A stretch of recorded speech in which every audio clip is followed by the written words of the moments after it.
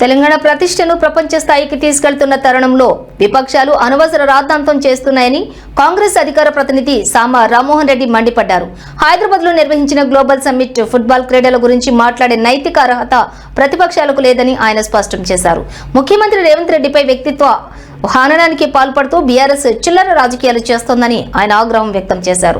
Summit కోసం 500 కోట్ల రూపాయలు ప్రజా సొమ్ము దుర్వినియోగం చేశారని బీఆర్ఎస్ చేస్తున్న ఆరోపణలను ఆయన తీవ్రంగా ఖండించారు. ఈ సదస్సుల వల్ల రాష్ట్రానికి భారీ పెట్టుబడులు వస్తాయని, తద్వారా తెలంగాణ ప్రఖ్యాతి అంతర్జాతీయంగా మరింత పెరుగుతుందని ఆయన వివరించారు.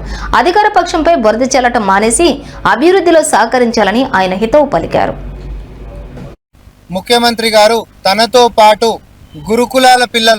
గురుకులాల పిల్లలని తన యొక్క టీంలో పెట్టుకొని, మన టీం పేరు సింగరేణి, ప్రైవేట్ వాళ్ళు, ఇప్పుడు సింగరేణి కాకపోతే ఇంకోరైనా ప్రైవేట్ వాళ్ళు కూడా ఆడుకునేటోళ్ళు. సో దాంట్లో మన పాత్ర ఉండాలి, తెలంగాణ ఉండాలి, తెలంగాణ యొక్క ఖ్యాతి చెప్పుకునేటటువంటి అవకాశం ఉండాలని ఎవరైనా ప్రయత్నం చేస్తారు. కాబట్టి ఈ పిల్లల ఫోటోలు చూపించండి, ఇలా పేర్లు కూడా కావాలంటే చెప్తా.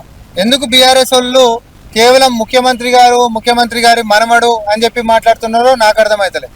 కానీ అదే ముఖ్యమంత్రి గారితో పాటు మరి గురుకులాల్లో ఉంటున్నటువంటి పిల్లలు కూడా అదే మెస్సీతో అదే మైదానంలో ఆయన టీంలో ఆడుతున్నప్పుడు ఇది సమానత్వానికి సందేశం లెక్కనే చూసేటటువంటి అవకాశం ఉన్నప్పటికీ, ఆదర్శంగా మనం మాట్లాడుకునేటటువంటి దానికి అవకాశం ఉన్నప్పటికీ దీన్ని భూతద్దంలో పెట్టి మరి బూతులు ఎందుకు బీఆర్ఎస్ పార్టీ బీజేపీలు ఎత్తుకుతున్నాయో వాళ్ళు జవాబులు చెప్పాలి. గతంలో భద్రాచలంలో సీతారాముల వారి కళ్యాణం అప్పుడు ఎప్పుడు కూడా ఆచారం ఏంటిది అని అంటే, అధికారికంగా రాష్ట్ర ముఖ్యమంత్రి వర్యులు సతీ సమేతంగా వచ్చి తలంబ్రాలిచ్చుడు అనేటటువంటిది ఒక సాంప్రదాయం ఉండే.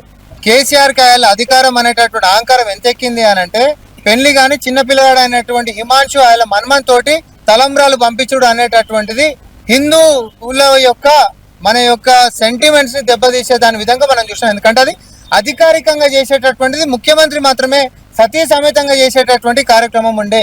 దేవునికి తలంబ్రాలు ఎవరిస్తారు? దంపతులు వచ్చి ఇస్తారు. అసొంటిది మన్మన్ తోటి పంపించినప్పుడు అది కాంట్రవర్సీ అయింది. అవును, ప్రతిపక్షంలో ఉన్నప్పుడు మేము కూడా అన్న ముఖ్యమంత్రి వర్యులు ఈరోజు రేవంత్ రెడ్డి గారు ఆ రోజు ప్రతిపక్షం నుండి అన్నారు, అధికారికంగా ముఖ్యమంత్రి చేసే కార్యక్రమాన్ని మన్మని పంపించినప్పుడు బరాబర్ అంటారు. ఇది అధికారికమైనటువంటి ఈవెంట్ కాదు, ఇది ప్రైవేట్ ఈవెంట్ అని. ఇంకొకటి ఇక్కడ ముఖ్యమంత్రి గారు మనమడ